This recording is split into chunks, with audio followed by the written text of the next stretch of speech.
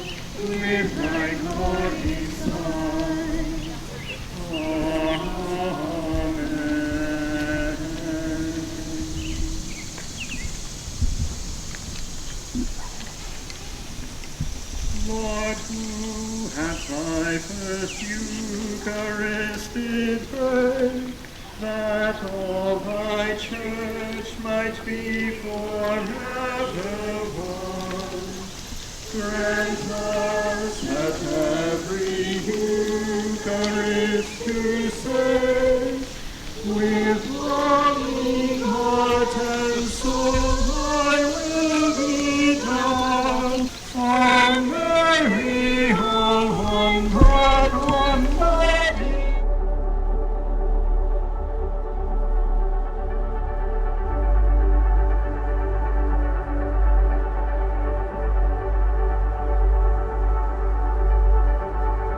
I'm Sister Miriam Christie. I'm from the Daughters of Mary, Mother of Healing Love, so obviously I'm a religious.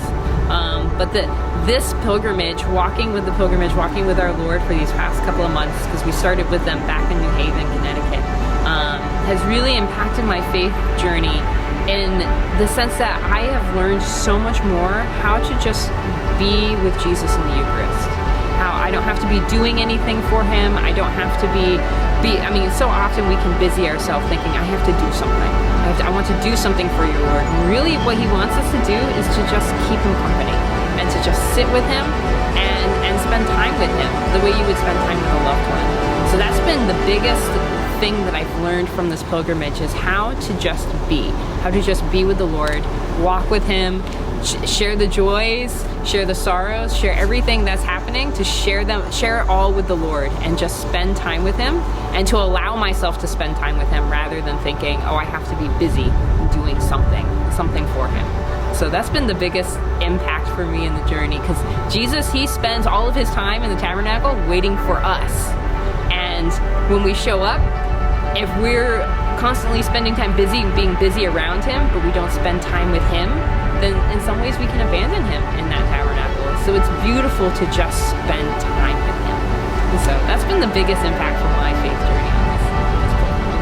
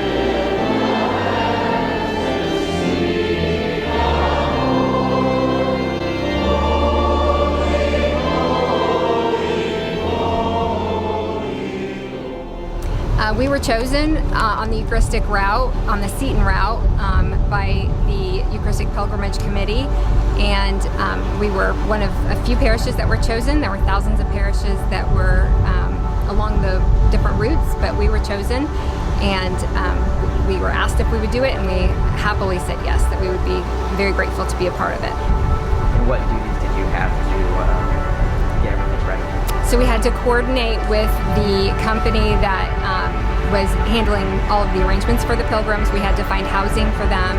We had to plan an event for the whole parish on Friday, and also the procession and Eucharistic adoration. We had to provide meals for the pilgrims while they were here, but all of the preparations were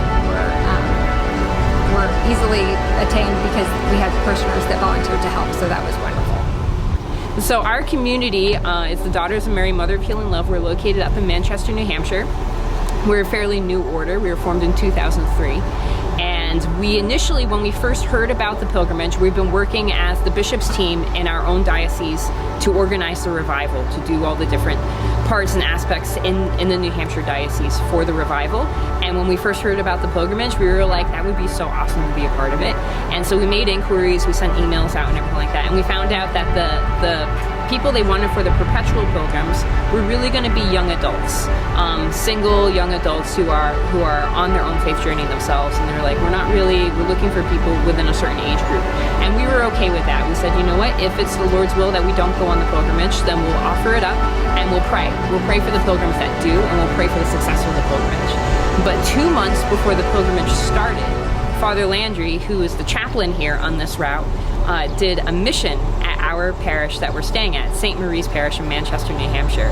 And we happened, because we do a Eucharistic, after a Mass, we always do 15 minutes or so of thanksgiving for the gift we've received in Jesus in the Eucharist.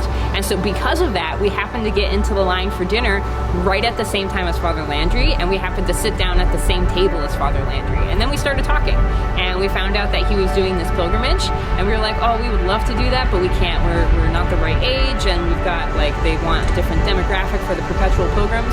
And he just stopped, and he was like, I would welcome a group of religious sisters to come on this pilgrimage with us.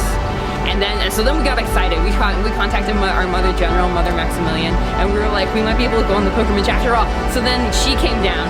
We called her at 5:30 the next morning, and she drove down immediately and started talking to them. She's like, okay, what would we need to do to be able to make it happen? And he told us things like, you need a support vehicle, you need to be able to find places to stay, because we can't provide those things as they don't, as right. The logistics is complicated enough without adding 4 nuns into the mix. So So we were able. Someone donated their Airstream trailer for us to borrow for the last 2 months, and that's where we've been staying. And somebody else offered their truck and their services to drive and transport the trailer for us.